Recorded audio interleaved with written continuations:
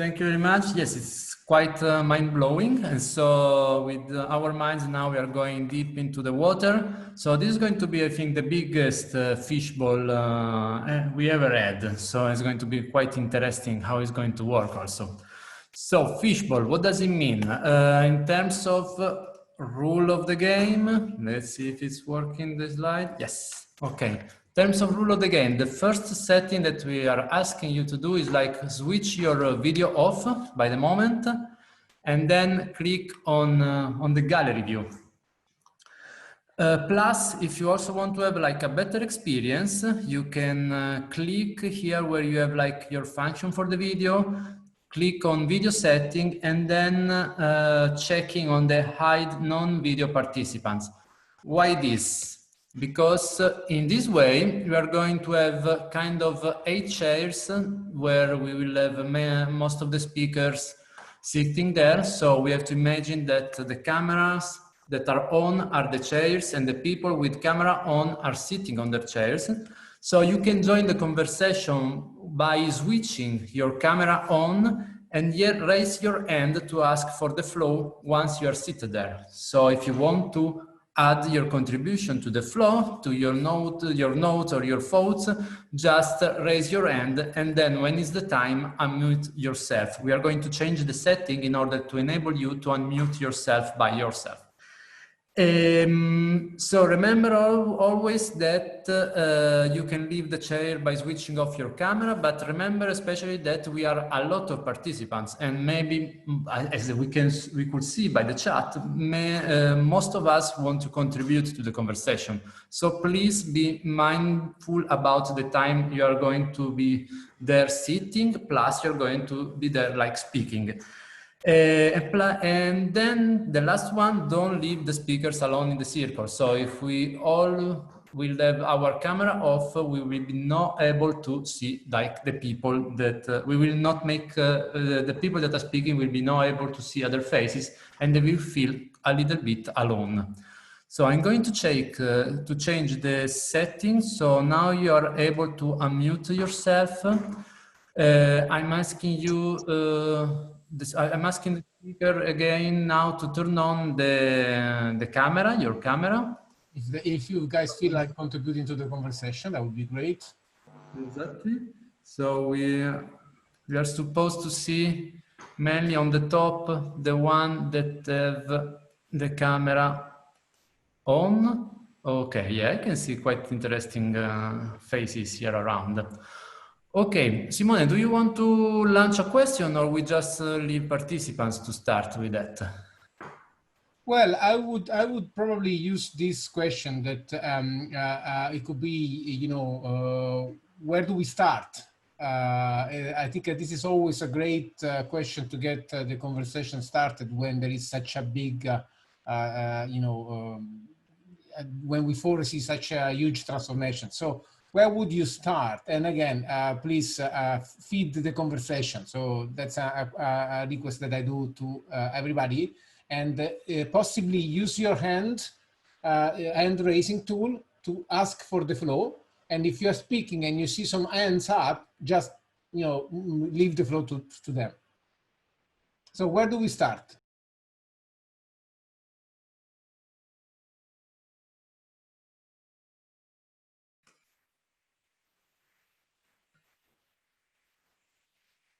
Okay, just checking. No one is raising the question, the hand? Or do you have problem to unmute yourself? Just checking if there is any technical problem.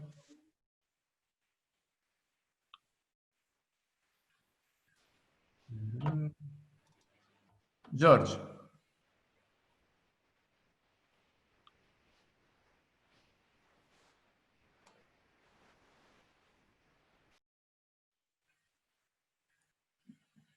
Okay, seems like the unmuting is working. So I'm really encouraging any of you that have the camera on to start the conversation. And you know, you can take the question just as a suggestion. You don't need to really start from there, but we are eager to listen to your reflections and feed the conversation. Rieta, you're welcome to start.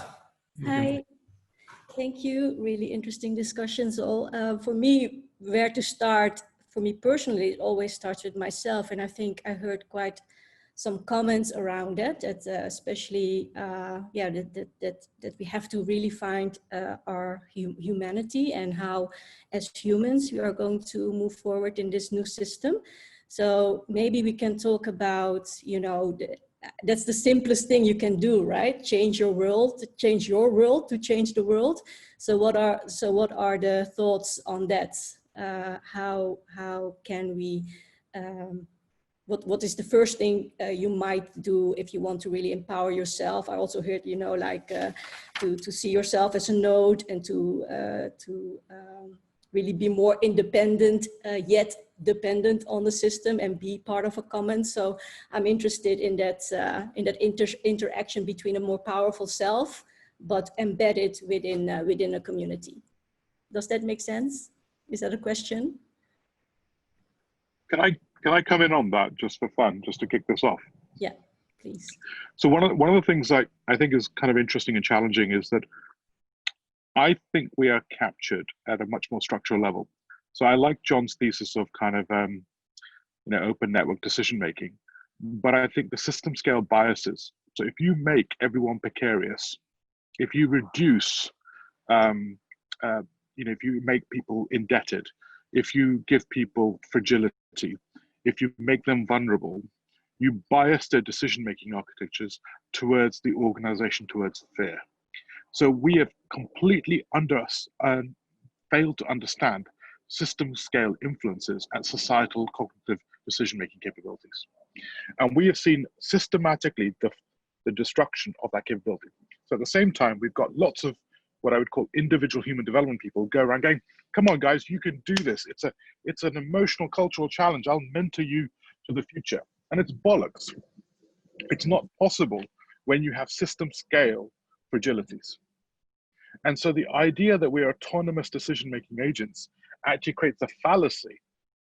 It creates an illusion of empowerment when we aren't addressing the structural issues. So I think really bizarrely enough, to unleash being human, it's not just a problem of ourselves. We're going to have to look at the economy of essentials, and we're going to have to talk about the neuroscience of our meta economy and what it sets up and the biases it generates. And I think the right and the alt-right have been far smarter in understanding that for perhaps 30 years and have created the influence architectures through language, through the miscommunication of the word, what the word market means. Market is now equated to free feudalism. So language restructuring, meta economy restructuring, to then create the bias at the system level. So everyone thinks they're making autonomous decisions when actually they're creating biased decisions. So I just want to challenge that thesis that actually we're kind of, we need to look at that much more deeply. And I think we have to take a structuralist view. And with that, I'll step back from the fishbowl. Then, if you want to jump in, and I encourage everybody that is speaking to look out for hands and hand over the floor, like it was as a talking stick. Then, please go ahead.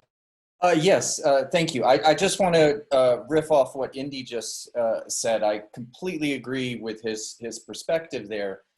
One of the things that I've been doing that I think dovetails very nicely with what he's talking about there is that I've been examining social learning principles.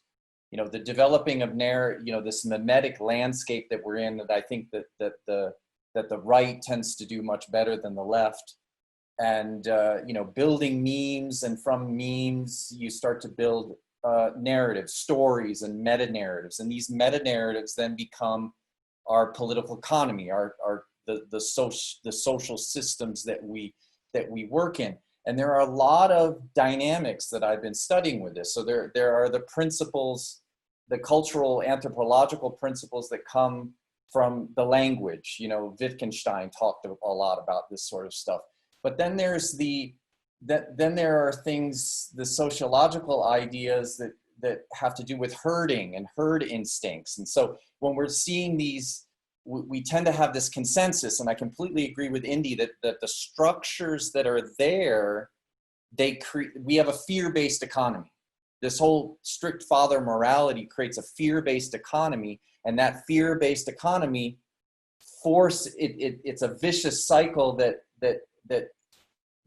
the precariousness feeds more precariousness and more wage enslavement to the system. And it's kind of this reciprocal narrowing, to kind of use a cognitive science perspective. And to get this, an economy, a political economy of reciprocal opening, we need to move, we need to get rid of this fear out of this system by liberating people somehow. But I really think it comes down to understanding the dynamics, our own principles, but understanding the principles of how we learn from each other, how we trust each other, and how can we empower, by understanding how social networks work and how learning works in social systems, how can we empower the people that are at the tail, at the progressive, I'm using it in a very general sense, the progressive avant-garde of society that are trying to move us forward. Because the system as it is, it's going to always kind of regress to the mean. And it's not empowering those people, such as, the people that we have in this group here that are trying to get us out of this system. So my question, I threw out a lot of stuff here, but my question to the group here is, how can we set up, what are the actions that we can take that will move us into the situation that will empower people who are actually coming up with real solutions to our ecological crisis, real solutions to our coronavirus crisis, real solutions to our economic, this global economic depression that we're facing. Susan, you want to take the word? Yeah, yes, thank you. And I agree with what you're saying as far as, how do we start? So I'll throw this out here just as a one particular avenue, and that is there is in the short run, the decimation of small and mid-sized companies is for me a point of real calamity. And so there are people who are investors in private equity, in lenders, which we normally wouldn't think these people would gravitate here, but they are actually in a position that they're looking at the fact that in the US anyway, the PPP is actually just delayed and is actually creating more problems. So we're actually going to see that they might actually support building, taking these companies and turning them into employee co-ops. So any thoughts on that, or any suggestions? Would be one way that we could prop that up and actually shift to more of a decentralized, if there was a clear path that they would be able to do that, which I think it is. I think there's a lot of, bottom line, if we want to talk about profitability, the way companies are run today, they're not profitable, and it's falling, and the research is there to do that. Go, Arthur. Yeah, I forget who it was earlier that mentioned, was it Indy that mentioned that co-ops are even structured like corporations, and so Dan was asking, how do we support people building real solutions? And the concept of employee co-ops may be a step in it changing the pattern, but there's also a lot of kind of bringing in of an old pattern, and it's kind of the same kind of power structures and everything that I think get pulled into the politics of even co-op management. Like, we're still not very good at a lot of that stuff in many cases. And what I want to touch back to a thread that was happening in the chat about learning from nature, and even about the time scales on which we can change. And part of my vision, my goal, my hope for Holochain is literally that it is an unenclosable carrier. I mentioned that phrase earlier, for social DNAs, for new patterns of people being able to organize themselves, and nobody else can actually disrupt that pattern. The group is operating only on their own agreements, and that allows us, it's kind of like with the advent of DNA, there was the Cambrian explosion of biological organisms. I think we currently need an explosion of new social organisms, because corporations, institutions, nonprofits, co-ops are a kind of organism, right? Like, we are cells in those organisms, and the cells get replaced, but the pattern continues. And we need new patterns because these patterns are eating the planet, essentially. And so to me, co-ops may be a shift in pattern, but is it a big enough shift? Like, where else do we need to be experimenting, and what are the means for being able to nourish and support and embody those kinds of experiments? Grace? Yeah, I mean, hi guys. To the question of like, where can we start? I think we need to pay very careful attention to human needs. You know, when we look at these, like people talk about the ecosystems, but really the most, you know, like the only part of the ecosystem that we need to sustain is our bodies. And all this fear-based, you know, system that we're in right now is based on the fact that you could be starved to death. You could, you know, you talk about like Bitcoin maximalists or whatever. If they can turn off the switch, you're no threat to anybody, right? Like, if somebody else has your power switch, if somebody else has control of your water and your food, and I think we don't talk enough about that. The cooperatives, I think, you know, Michelle's in a really great direction with these cooperatives that are creating all kinds of sustainable structures that have to do with real human needs. And yes, I absolutely agree with Art that we need these infrastructures for communication, because computing power is pretty much a need at this point in our history. So I think we need to just pay incredibly careful attention to how much and how many of the people who are working on these things we can sustain the bodies of, right? And the more bodies that we can sustain outside of the current systems, then we'll have less and less need for this dependency on debt and money and things like that. But it really does start with, when you say ecosystem, you got to include the bodies of the human beings that are involved in the ecosystem.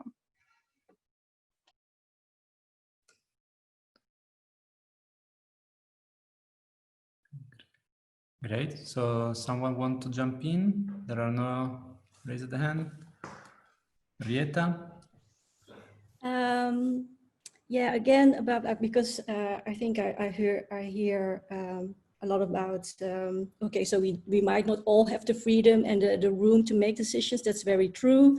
We need to empower people. So we need to find these real solutions creators. We have to focus on needs and corporations and combine them. Again, I think the economy of essentials that was mentioned earlier again. So how do we, as this group, which is about, I think, what, 150 participants, how do we reach more people? Michelle, maybe you can talk about, you mentioned the Commons Transitions Plan. You posted it on Facebook today as well, and I responded and love it, and I hope to be able to contribute. But I looked at the group and it's about 5 people, at least on Lumio it is. Maybe it's more and I'm not seeing it, but how can we create a Commons Transition Plan with such a small group? How do we make it more inclusive? Yeah. Well, I think in Amsterdam, I mean, because of COVID, I can't travel as much, and so I'm not sure exactly about all the details. But my understanding is it's different organizations. So it's Commons Network, it's Domained, and there's 2-3 other names. So it's not 5 people; it's actually 5 groups. But I don't really know their methods. I can tell you, for example, in Sydney, because I went there and I talked with Tiranya Suhut, who's the kind of driving force there, And that was a very participatory process. So I think it depends a bit on the local situation. But it, it can have other names. For example, in Brussels, we have the Conseil de la Transition, which is, so all these civic commons-oriented groups, but not just the NGOs and the activists, but people are actually doing things. Like, for example, Comuna in Brussels is the like a squat organization, but they make agreements with the city, and then they take over these temporary occupations, and they change the space and give it to people who need it. And there's a community land trust, and so all these people are starting to congregate to talk about transition together. So I think this is very interesting, and they, we have a green government, a green party in the coalition, which is very friendly to this kind of organizations. In France, this is another thing maybe I briefly can mention. There's already a list of 8 different transition legislations. So if you want to do something around mobility and food in France, there is already actually, state or region sponsored legal structures that facilitate multi-stakeholder cooperation, right? So I think you should be looking at these things and so it's not just about, dreaming how the world could be, but actually I think very concretely is like, okay, in 10 years time, where will you get the food from? Where if we can't pay our rent, what can we do? Like, is there shared habitat that can help us? If we have to sell our car, can we become part of car sharing associations or car sharing co-ops rather than, use Uber or something like that, right? So I think in a paradoxical way, because COVID is going to be devastating for the working class and the lower middle class. And I mentioned Peter Turchin in the comments some while ago, because I was just reading it. And so at the end of the degradative period, this is exactly what is happening every time, which is that the middle layers fall back and kind of fall out of the elite. And this is kind of like, the scenario that we're living now. All these small businesses are going to, a lot of them are going to go bankrupt, and they're going to be bought by the people who still have capital, right? So it's going to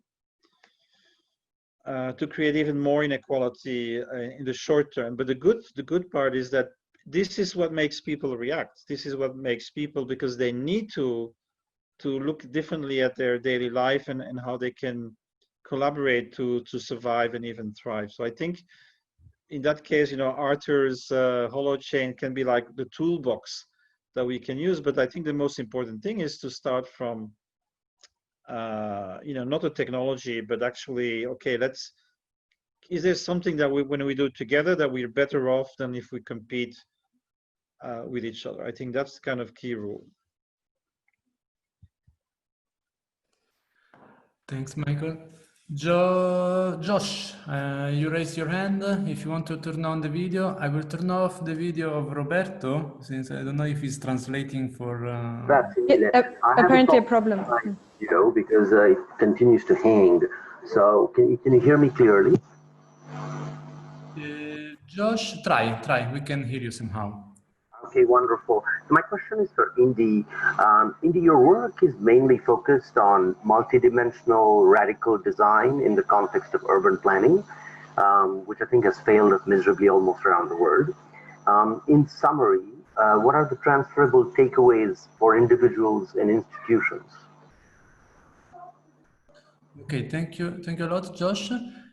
We keep this question. I ask Hindi to keep this question, and by the time we pass the word to Marc-Anthony, who raised his hand. Yes, answered. Michael Bauwens was mentioning how we have all these people trying to get a better transition going, and I agree, there's all this wonderful effort. It still seems to me very uncoordinated. And yes, I think totally networks are part of the solution to get better coordination, but I think we need something else. We need up to a point, platform coordination of you know, social positive efforts. And how much is it possible in your view, and I know that many people here are working on this, to distribute the coordination effort? I believe it's possible, but I want to hear more about other people's efforts on this.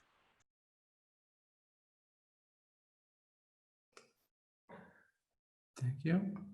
We have still, if I'm not wrong, something like 5 minutes. So there is like a raised hand from Adam, and then Alexander, I put you after Adam, since I... Okay. Thank you. Go, Adam.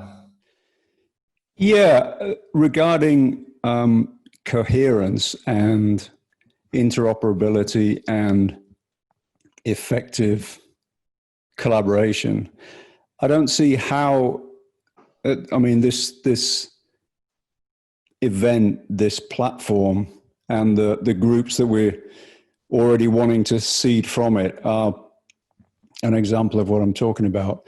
I don't see how we're going to achieve coherence towards regenerative potentials at scale and speed without a shared operating system, without agreeing on simple heuristics, simple rules, and simple tools.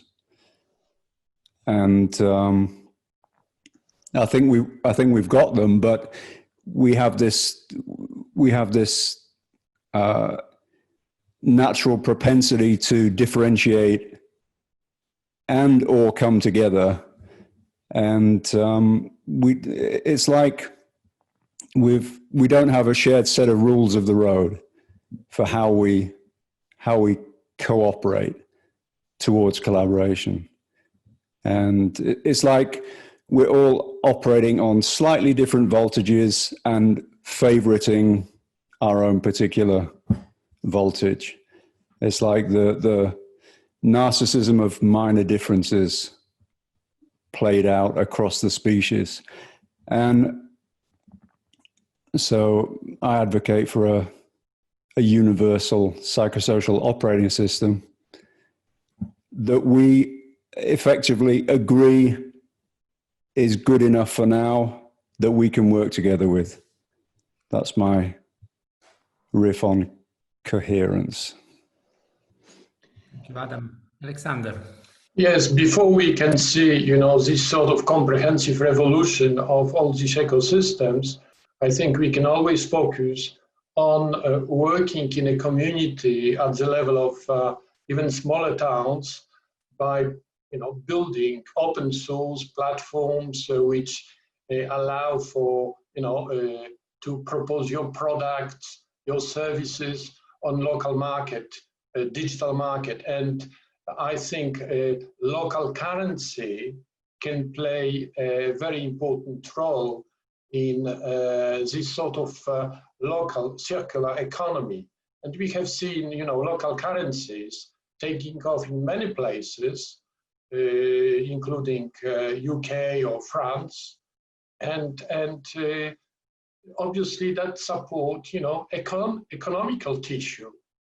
If people can find their means in this sort of activity, and in the same time they can also instill some social life in this, you know, that can allow for bottom-up approach in terms of creating a certain cohesion in this evolution or revolution. Thank you, Alexander. Sibylle, it's your time. I just remind you that we have only 1 minute left, so maybe Sibylle, you will be the last one. Yes, I will be quick. It's very interesting. All my research is about favorable condition to ease cooperation, because what I've studied for years now is that there is no remote control to make people cooperate, or it's not a cooperation, but there are favorable conditions. And I'm amazed that there is so few research on this topic. So that's maybe to really raise motivation to study, because you know that some are the bad guys are studying social engineering, psychic op, I don't know how to say it. And so to not fall in this as they do it, to manipulate people, but really to understand better how humans are working.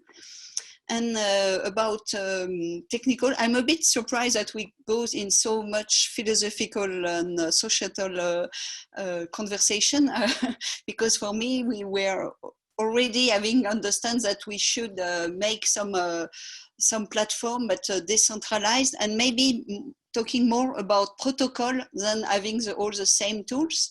And I don't know if you know in France that there is Transiscope, that is a federated map, that meaning every network is keeping his map, but the guy coming in the web can see all the actors around him, even if they are part of different networks.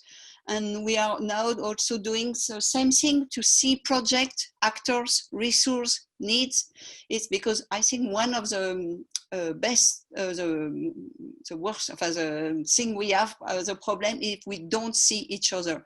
So everyone is doing his own, and the same project is done in many places without helping each other. Resources are really spent without mutualizing. So all effort to make us visible, and us meaning not our little person, but our needs, our resource, our projects, so we can come and help, and because I don't think we can fuse. It's everyone wants to be singular, but there are ways to mutualize, to cooperate, and stay really singular. Thank you.